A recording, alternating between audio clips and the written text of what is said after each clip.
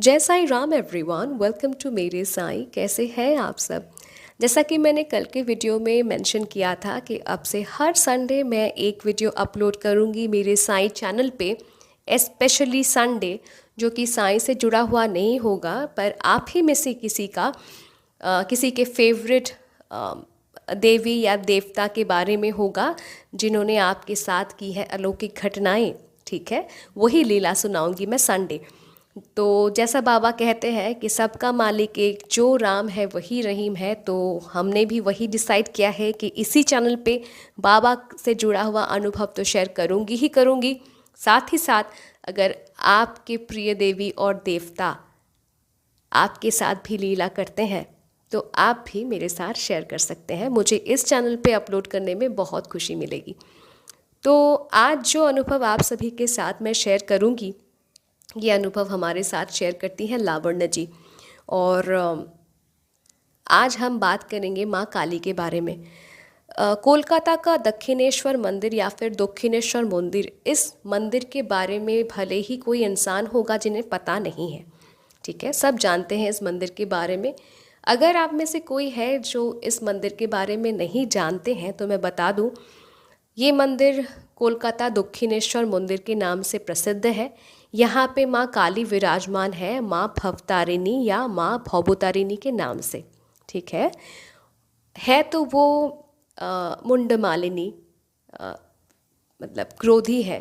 ठीक है, माँ काली बहुत क्रोध करती हैं, बहुत गुस्सा हो जाती हैं, पर साथ ही साथ वो दया सागर है, करुणामयी है।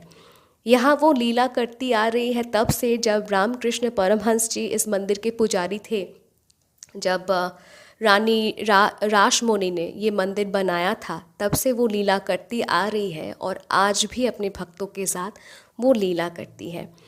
तो लावण्य जी बताती हैं, जब वो छोटी थी ना, तो इतने सारे देवी देवताओं में ना माँ काली उन्हें बहुत आकर्षण करती थी। माँ काली का वो जो रूप कि जिह्वा बाहर निकला हुआ है, वो मुस्कुरा भी रही है, हाथ में खड्ग पकड़ी हुई है, इतने लंबे बाल, कमर में हाथ लटकते हैं, गले में मुंडमाला, कभी कभी वो श्रृंगार करती है, साड़ी पहनती है। मतलब माँ काली का वो जो ऑरा होता है ना, वो जो रूप होता है, उन्हें बहुत मतलब आकर्षण करता था। ठीक है, तो जब वो छोटी सी थी तब से ही वो मतलब माँ काली की भक्त थी। ठीक है, जैसे जैसे वो बड़ी होती गई, उनका माँ काली के प्रति आस्था, प्रेम, विश्वास भी बढ़ता गया। अब शादी को उनके 3 साल हो गए थे। वो माँ बनना चाहती थी, पर किसी कारण के वजह से वो माँ बन नहीं पा रही थी। तो मतलब शादी के तीसरे साल उन्होंने माँ से प्रार्थना किया कि माँ, मेरी आप गोद भर दो, मुझे आप पे विश्वास है, आप मेरी गोद भर दो। तो 1 साल तक कुछ खुशखबरी मैम को नहीं मिला। ठीक है, तब मैम ने सोचा कि माँ काली बहुत क्रोधी है। ठीक है, इतने आसानी से वो मानने वाली नहीं है, क्यों ना मैं तपस्या करूँ। तपस्या इन द सेंस, उन्होंने ठान लिया कि इस बार जब काली पूजा का वक्त होगा ना, जब काली पूजा का समय होगा, तो काली पूजा के 3 दिन पहले से वो एकदम निर्जला व्रत करेंगी। ठीक है, वो 3 दिन, मतलब काली पूजा के 3 दिन पहले से वो ना पानी पिएंगी ना खाना पिएंगी, डायरेक्ट काली पूजा दे के, ठीक है, माँ का उपासना करके अंजलि देने के बाद वो माँ से मन्नत मांगेंगी कि मेरी गोद भर दो, फिर ही जाके वो जल ग्रहण करेंगी। ठीक है, ये उन्होंने एक प्रण ले लिया। अब क्या होता है, काली पूजा का समय जब नज़दीक आता है तो ठीक हिसाब करके काली पूजा के 3 दिन पहले से मैम ने जल, खाना सब त्याग दिया। ठीक है, क्योंकि उन्हें यकीन था कि इस बार अगर मैं कठोर साधना करूँगी तो माँ शायद मेरी सुन ले, मेरी झोली माँ भर दे। तो वो 3 दिन उपवास करती भी है और माँ की अशेष अशेष कृपा रही है उन पे, कि सबके बस में नहीं होता है ना 3 दिन तक निर्जला व्रत रखना, सबके बॉडी परमिट नहीं करते। किसी किसी को तो 1 घंटा भूखा रहना भी मंजूर नहीं होता है ना। तो वहाँ पे वो 3 दिन निर्जला व्रत रखती हैं और फिर वो काली पूजा के शाम को जाती हैं दक्षिणेश्वर मंदिर। ठीक है, दक्षिणेश्वर मंदिर में पूजा होने में मतलब अमावस्या के ठीक सटीक समय पे पूजा होने में वक्त था, वो इंतज़ार कर रही थी, तब वो बताती है कि वहाँ पे ना गंगा मतलब क्या कहते हैं, गंगा बहती है मंदिर के पास से। तो वो वहाँ पे जाके थोड़ा देर वो बैठी रही। उनके हस्बैंड भी थे, पर उस वक्त उनके हस्बैंड कहीं गए कुछ लाने के लिए, तो तब वो अकेली ही बैठी थी मंदिर के पास जो सीढ़ी है जहाँ से गंगा माँ बहती है, वहाँ पे वो बैठी थी। तभी एक बूढ़ी माँ उनके पास आती है। वो बताती है तो वो बहुत ही बुज़ुर्ग इंसान, वो सीधा चल भी नहीं पाती थी। उम्र के साथ साथ होता है ना, इंसान झुक जाता है, तो वो बूढ़ी माँ भी झुक गई थी। उनके मतलब उनके दांत नहीं थे, बहुत प्यारी थी, पर जितना भी उम्र उनका होना, एक अलग ही मतलब सौंदर्य था उनमें, ठीक है, शी वॉज ब्यूटिफुल। और वो आके मैम से कहती हैं, वो बूढ़ी माँ मैम से कहती हैं कि माँ को प्रसन्न करना था तो इतने खुद को इतना तड़पाना क्यों? अगर तुम प्रेम भाव से माँ को बोलती तो माँ सुन लेती। 3 दिन तक उपवास रखने का क्या था? तो फिर मैम ने जवाब दिया कि नहीं नहीं, माँ सुन नहीं रही थी, तो मुझे लगा कि इस बार अगर मैं थोड़ा सा खुद को तकलीफ़ दूँ तब अगर माँ का मन पिघले। फिर वो बूढ़ी माँ भी हंस के चली गई और मैम भी आ गई। फिर मंदिर में मैम पूजा देती हैं, बहुत प्रेम भाव से मैम पूजा देती हैं। और पूजा देने के बाद मैम काली माँ के सामने, माँ भवतारिणी के सामने अपनी मन की इच्छा प्रकाश करती हैं कि माँ इस बार मेरी सोनी गोद भर दो, मुझे संतान प्राप्ति का सुख दे दो। अगर आप मुझे ये सुख देती है ना माँ, आप मेरी जब मन्नत पूरी करती हैं, मैं आपको अरहल का माला या फिर क्या कहते हैं जौबा, ठीक है, जबा क्या बोलते हो आप अपने अपने लैंग्वेज पे, माँ काली को जो माला पहनाया जाता है जिसे बंगाली में बोलते हैं जौबर माला या फिर हिंदी में अरहल का माला, वो मन्नत करती हैं कि अगर मुझे सॉरी मुझे संतान प्राप्ति का सुख मिले एक्सक्यूज़ मी, मैं आपको अरहल की माला पहनाऊंगी, ठीक है। वो घर लौट आती हैं। घर लौट आने के बाद वो जब रात को लेटी हुई थी, तब उन्हें ना सबसे पहले एक बात स्ट्राइक हुई, वो ये कि सब जब मन्नत मांगते हैं, कोई बोलता है माँ को कि माँ आपको सोने की बिंदी चढ़ाऊंगी या फिर सोने का आँख दूंगी या फिर कुछ मतलब समथिंग ग्रैंड, ठीक है, देते हैं मन्नत पूरी होने पे। ये मैंने माँ से क्या कह दिया कि सिर्फ अरहल का माला चढ़ाऊंगी? माँ मुझे संतान देंगी, मतलब मेरी लाइफ की सबसे बड़ी खुशी मुझको माँ देने वाली है या फिर देंगी, पर मैंने ये क्या मन्नत मांग के मतलब मैंने माँ को क्या कहा कि मन्नत पूरी होने में सिर्फ आपको मैं अरहल का माला चढ़ाऊंगी? ये तो मैंने क्या बोल दिया। तो वो बहुत रिग्रेट कर रही थी। तभी ना उनको एक बार स्ट्राइक हुआ कि वो जो बूढ़ी माँ थी जो गंगा के पार आके मुझसे कहने लगी कि खुद को इतना तकलीफ़ क्यों देना, अगर प्रेम से बोलती तो माँ सुन लेती, निर्जला उपवास करने का क्या ज़रूरत था 3 दिन का। तो उस बूढ़ी अम्मा को कैसे पता चला कि मैं 3 दिन से निर्जला व्रत कर रही हूँ? उनको तो किसी ने बताया नहीं, वो तो मेरी जान पहचान की है भी नहीं। हो ना हो माँ काली का मुझे दर्शन मिला था। फिर मन ही मन में सोचने लगी कि मैं भी क्या इतनी साधु संत थोड़ी ना हो कि माँ काली का मुझे दर्शन मिलेगा। शायद मैंने कुछ कह दिया होगा, वो बूढ़ी माँ ने सुन लिया होगा और बूढ़ी माँ ने मुझे ऐसा कह दिया होगा। समय बीता और समय के साथ साथ मैम लावण्य जी गर्भवती हुई और माता की कृपा से उन्हें एक सुंदर सी बेटी हुई।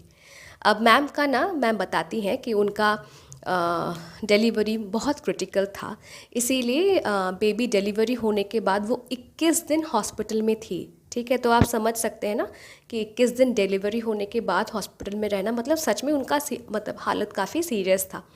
अब वो बताती है कि हर रात जब वो मतलब डॉक्टर विज़िट करके चले जाते थे एक चेकअप करके, तो हर रात उनके मतलब फिर उसके बाद सिस्टर वगैरह आके पल्स वल्स वगैरह जो भी चेक करना होता था पेशेंट का, चेक करके जब चले जाते थे, रात को उनके पास एक आया आती थी, ठीक है। जो होते हैं ना हॉस्पिटल से ही जो एक आया आपको दिया जाता है ताकि वो आपकी देखभाल कर सके, ठीक है, बच्चे को ले सके ताकि आपको रात को प्रॉब्लम ना हो।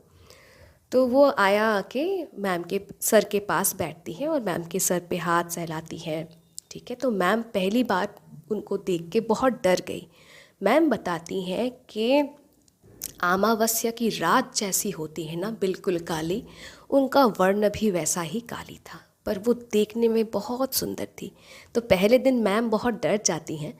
फिर मैम पूछती है कि आप कौन हैं? तो वो आया कहती हैं कि अरे तुम्हारा तो बहुत सीरियस केस है ना, तो मुझे यहाँ से कहा गया है, अस्पताल से मुझे कहा गया है कि हर रात मैं तुम्हारी देखभाल यहाँ पे करूँ। तो मैम ने पूछा कि सभी का करती हो क्या? सबके पास तो नहीं है, बेड में एक एक करके आया। तो उसने कहा कि अरे सबका तुम्हारे तरह थोड़ी ना सीरियस कंडीशन है, तुम सीरियस हो ना, इसीलिए तुम्हारे लिए मेरा स्पेशल अपॉइंटमेंट है।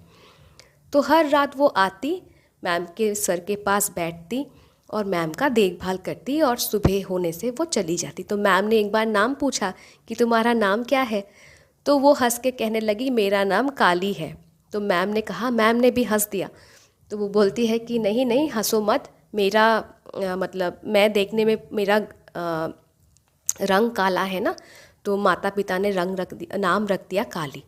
ठीक है, तो बहुत देखभाल करती है और 21 दिन तक वो काली नाम की जो आया थी वो मैम की देखभाल कर रही थी। जिस दिन मैम को फाइनली रिलीज़ मिल गया, मैम घर जाने वाली थी, उस दिन मैम ने मैम के परिवार ने हॉस्पिटल के सभी सदस्यों को बख्शीश दिया ताकि वो मिठाई खरीद सके। तो मैम काली को ढूंढ रही थी।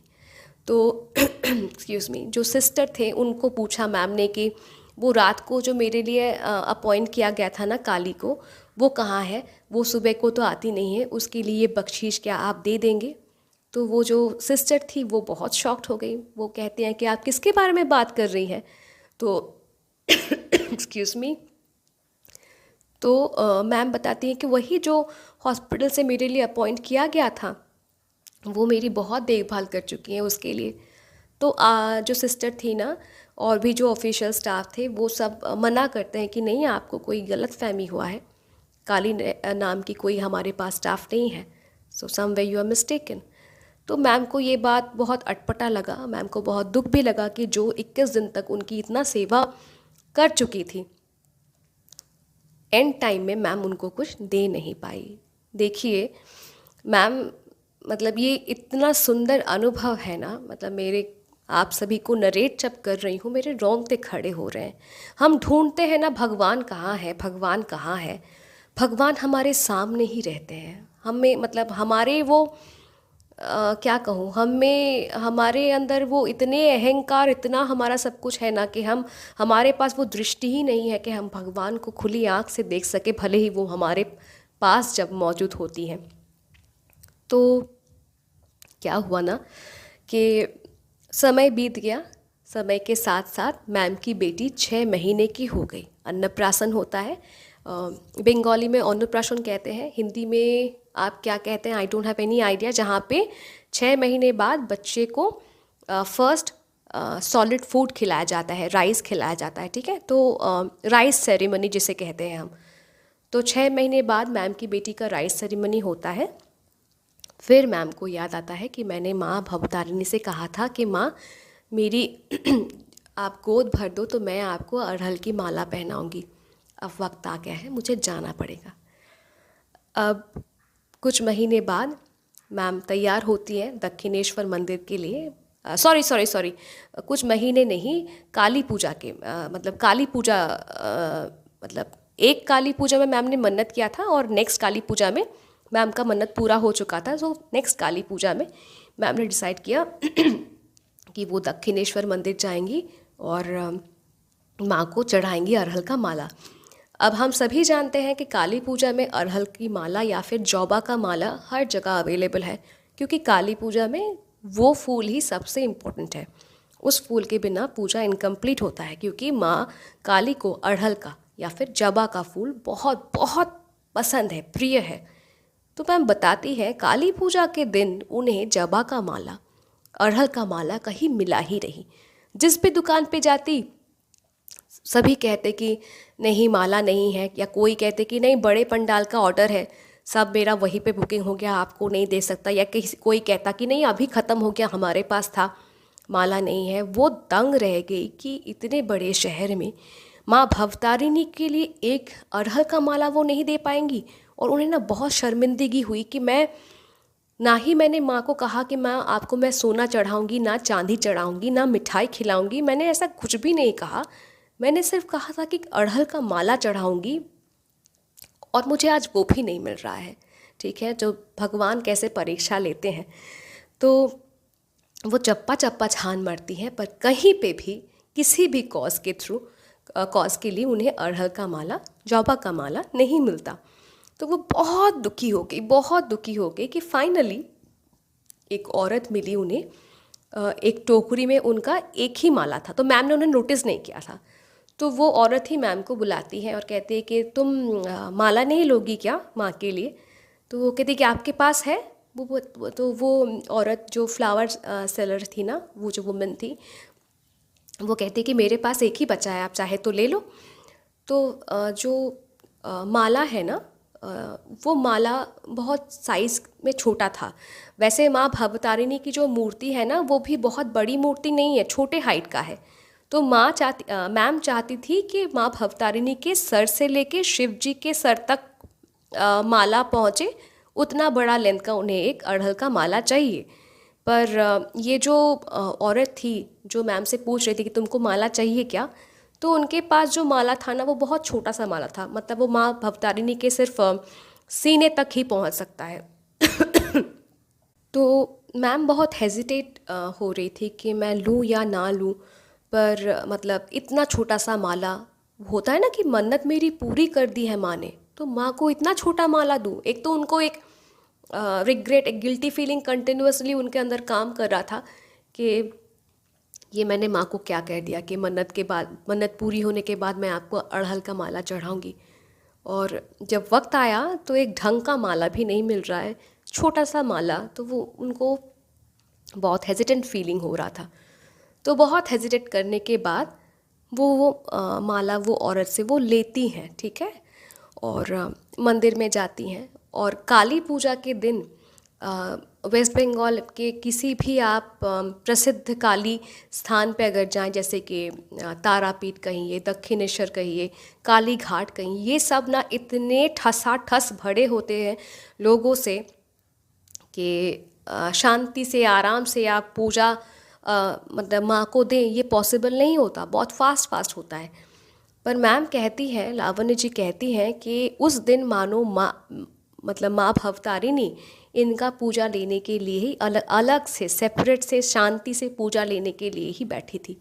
तो वो जाती हैं, पुजारी उनसे जो डाला होता है ना, जिसमें फूल, फिर अगरबत्ती, फिर मिठाई वगैरह होता है, वो एक साथ वो डाला कहते हैं, उसको लेते हैं। और उस डाला से वो जो छोटी सी माला जो मैम ने बाहर से ख़रीदा, वो वाला माला जब पुरोहित जी उठाते हैं तो मैम बताती है वो देख के दंग रह गई, उनके रोंगटे खड़े हो गए, मेरे भी खड़े हो रहे हैं कि मैम ने देखा वो छोटी सी माला जो उन्होंने अनुमान लगाया था कि माँ भवतारिणी के सिर्फ सीने तक ही आएगा, वो माला शुरू हुआ माँ भवतारिणी के सर से और ख़त्म हुआ शिव जी के सर पे आकर। ठीक है, ये एक अलौकिक घटना घट गई और वो ना उनके आँख से झरझर करके आंसू बहने लगे। और वो कहती हैं कि इसके बाद उन्होंने जो देखा, वो देखती हैं कि उनके साथ सर भी थे, ठीक है, गोद में उनका बच्चा भी था, और वो देखती हैं कि वो जो बुज़ुर्ग अम्मा जिनका दांत नहीं था, जिन्होंने पहले उन्हें कहा था कि इतना खुद को कष्ट क्यों देना, तुम प्यार से बोलती तो ही माँ मान जाती, वो देखती हैं वो बूढ़ी अम्मा। फिर हॉस्पिटल में जो काली उनको सेवा करती थी, रात को देखभाल करती थी वो, और जिनके पास से वो जो अड़हल का, जौबा का माला वो लेके आई, तीनों को वो देखती हैं माँ काली के सामने। और वो देखती हैं तीनों ही एकत्रित हो जाते हैं, मतलब क्या कहते हैं, वो कहते हैं ना, एक रोशनी, एक दिया की तरह वो बन जाते हैं, तीनों ही एकत्रित होके माँ भवतारिणी के सीने में घुस जाते हैं। और तब उन्हें एहसास होता है कि भवतारिणी माँ ने उनको आके पहले ही आशीर्वाद दिया था, जिस दिन उन्होंने प्रण लिया था कि मैं 3 दिन का निर्जला उपवास करूँगी, माँ के पास अरदास अपना पहुँचाऊँगी कि मेरी झोली भर दो, मुझे संतान का सुख दो। तो पहले ही माँ आके उन्हें आशीर्वाद दे जाती हैं। फिर आशीर्वाद देने के साथ साथ माँ भवतारिणी करुणामयी उनको देखभाल करने के लिए हॉस्पिटल में 21 दिन रात को आती हैं। वो अपना परिचय देती भी हैं कि मैं काली हूँ, पर मैम समझ नहीं पाई। और जिस दिन काली पूजा के दिन मैम को एक अरहल का माला नहीं मिल रहा था, तो वो अंतिम में स्वयं माँ भवतारिणी ही अपने बेटी को खुद को चढ़ाने के लिए एक अरहल का माला दे देती हैं। तो कौन कहता है कि भगवान नहीं है? बताइए, इतना सुंदर एक अनुभव, कौन कहता है कि भगवान नहीं है? आप जिस भी भगवान को प्रेम से बुलाते हैं, जिस भी भगवान को आप मानते हैं ना, अगर आप अपना तन मन धन सब कुछ दे के उन्हें बुलाते हैं, मतलब टोटल सरेंडर कर देते हैं, भगवान आज भी है, भगवान आज भी आपके आसपास घूम रहे हैं, आपके साथ ही हैं। खाली आपको महसूस करना पड़ता है, खाली आपको समझना पड़ता है कि मैं जिन्हें बुला रही हूँ माँ कह के, मैं जिन्हें बुला रही हूँ बाबा कह के, वो मेरे इस पुकार का मान रखते हैं, वो मेरे इस पुकार की मर्यादा जानते हैं कि मैं किस प्रेम से, किस भाव से मैं उन्हें पुकारती हूँ या पुकारता हूँ। और इस मतलब नाम का जो मान होता है ना कि बाबा माँ, इस नाम का जो एक मान होता है ना, वो हमेशा वो रखते हैं। तो Lavanya ji, thank you so very much. इतना सुंदर सा एक अनुभव आपने हमारे साथ शेयर किया। मैम ये भी कहती हैं कि हर चैनल पे साईं बाबा के अनुभव सुनते हैं, मतलब बहुत ही कम चैनल होगा जहाँ पे बाकी देव देवियों का अनुभव शेयर किया जाता है। वो कहती हैं कि पता नहीं आज कितने सालों से मैं तड़प रही थी कि कहीं एक प्लेटफॉर्म मिले, एक जगह मिले जहाँ पे मैं मेरी माँ काली के बारे में, माँ भवतारिणी के बारे में किसी को बता सकूँ कि मेरे लाइफ में भी इतनी बड़ी एक चमत्कार माँ ने किया है। तो आप सभी से कहूँगी कि अगर प्लेटफॉर्म इतने दिन नहीं मिला तो मैं आ गई हूँ आप सभी के लिए। आप अपना अनुभव मेरे साथ शेयर कीजिए, चाहे वो साईं से जुड़ा हुआ हो या आपके प्रिय देवी या देवता से जुड़ा हुआ हो। प्लीज़ मेरे साथ शेयर कीजिए, मुझे ये अनुभव बाकी सभी भक्तों के साथ शेयर करने में बहुत खुशी मिलेगी। Thank you ma'am so very much अपना अनुभव मेरे साथ शेयर करने के लिए। आप सभी से यही कहना चाहूँगी, साईं अनुभव के साथ साथ अगर आप भी अपने प्रिय देवी या देवताओं के अनुभव मेरे साथ शेयर करना चाहते हैं तो आप मुझे ईमेल कर सकते हैं, इंस्टाग्राम पे डायरेक्ट मैसेज कर सकते हैं, या फिर मेरे व्हाट्सएप नंबर में भी आप मुझे मैसेज कर सकते हैं। Email ID, Instagram account ID और व्हाट्सएप नंबर तीनों ही डिस्क्रिप्शन पे दिया हुआ है। सो प्लीज़ डोंट हेजिटेट, आप मुझे मैसेज कीजिए। और अनुभव अच्छा लगा तो कंजूसी नहीं, लाइक ज़रूर कीजिएगा। जैसे मैंने कहा है, साईं के अनुभव को जितना प्यार देते हैं, इस अनुभव को भी, संडे किए गए अनुभवों को भी उतना ही प्यार, उतना सम्मान दीजिएगा। मिलती हूँ बहुत जल्दी नए साईं अनुभव के साथ। टिल देन, जय साईं राम।